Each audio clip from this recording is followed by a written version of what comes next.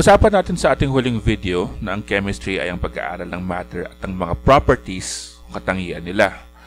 Mahalaga rin na nadidescribe natin ang mga katangian nito sa tuwing nagkakaroon ng chemical reaction o sa tuwing sinusukat natin sila. Sa tuwing nagdidescribe tayo ng properties ng matter, dapat malinaw, madaling maintindihan, at precise. Kaya sa video na ito, pag-aaralan natin ang mga base quantities o ang mga pinakasimpleng katangian or properties na pwede nating sukatin at pang-describe sa matter. Una sa lahat, length o haba o layo.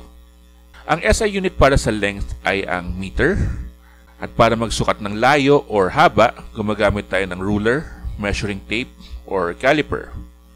Marami pang ibang unit para mag-describe ng haba o layo tulad ng foot, yard, mile, kilometer at iba pa.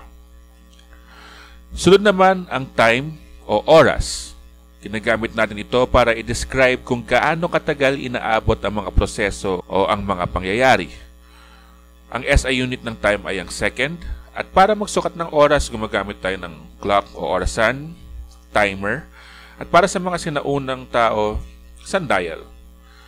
Ang iba pang units ng time ay ang millisecond, minute, hour, day, month at year. Sunod naman ay ang mass. Ang pinakakahalintulad na quantity ng mass ay ang weight. Pero ang weight ay hindi isang base quantity. Ito ay isang derived quantity dahil ito ay isang klase ng force. Ang weight kasi ay ang gravitational force na ina-exert ng Earth para hilahin tayong mga tao, mga hayop at iba-iba pang mga objects sa surface ng Earth at hindi tayo magpalutang-lutang sa outer space.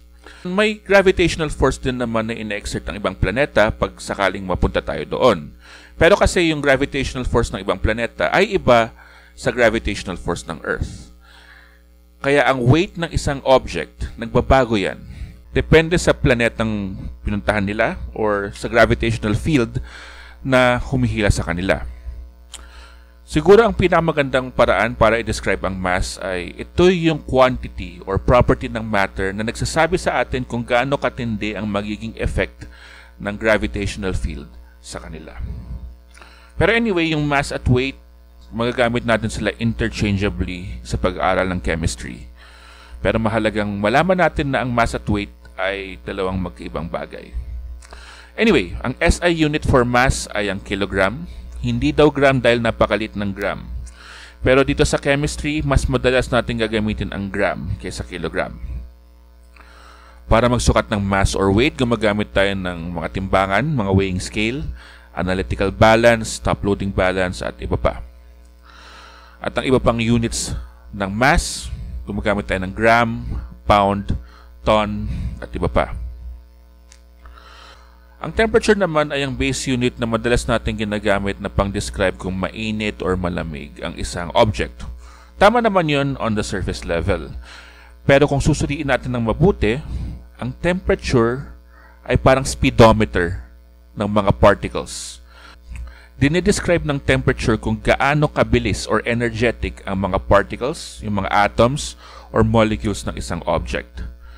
Kapag mas mabilis ang galaw or vibration ng mga atoms, molecules, or particles ng isang bagay, mas mataas ang kinetic energy ng mga ito, kaya mataas din ang kanilang temperature. Mainit sila sa pakiramdam. Kabaliktaran naman ang nangyayari sa mga malalamig na bagay or malalamig na lugar.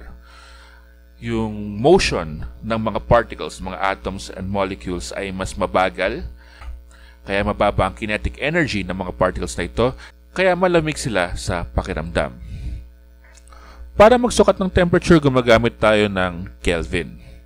Hindi degrees Celsius or Fahrenheit, at pag-uusapan natin sa isa sa ating mga lessons kung bakit Kelvin ang ginagamit. Para magsukat ng temperature, gumagamit tayo ng thermometer, at tulad nga na sinabi natin kanina, ang iba pang units ng temperature ay ang degrees Celsius, Fahrenheit at Rankine. Mahalaga din sa chemistry na nabibilang natin ang mga particles, mga atoms, mga molecules na nagpapartake sa mga chemical reactions. Pero dahil nga sa liit ng mga particles na ito, ng mga atoms, ng mga molecules, sobrang dami ng mga particles na kailangan nating bilangin. Kadalasan yung bilang ng mga particles na ito lumalagpas sa kakayanan ng isang calculator. Dahil dito, gagamit tayo ng isang number para mas mapadali ang pagbibilang natin ng mga atoms, molecules at mga particles na yan. Sa mga bakery, ginagamit natin ang salitang dozen para mas mabilis tayo magbilang ng tinapay. Ang isang dosena or 1 dozen, that's 12 pieces of bread. Sa chemistry, gagamitin natin ang salitang mole para mas madali tayo makapagbilang ng mga particles. Ang isang mole ay may 602 sextillion objects or 6.02 times 10 to the 23rd na mga bagay. Sabi nga natin kanina, gagamitin natin ang salitang mole para mas madali tayong makapag-account or makapagbilang ng mga atoms, molecules, mga particles. Kaya asahan natin na gagamitin natin ito ng paulit-ulit sa ating pag-aaral ng chemistry.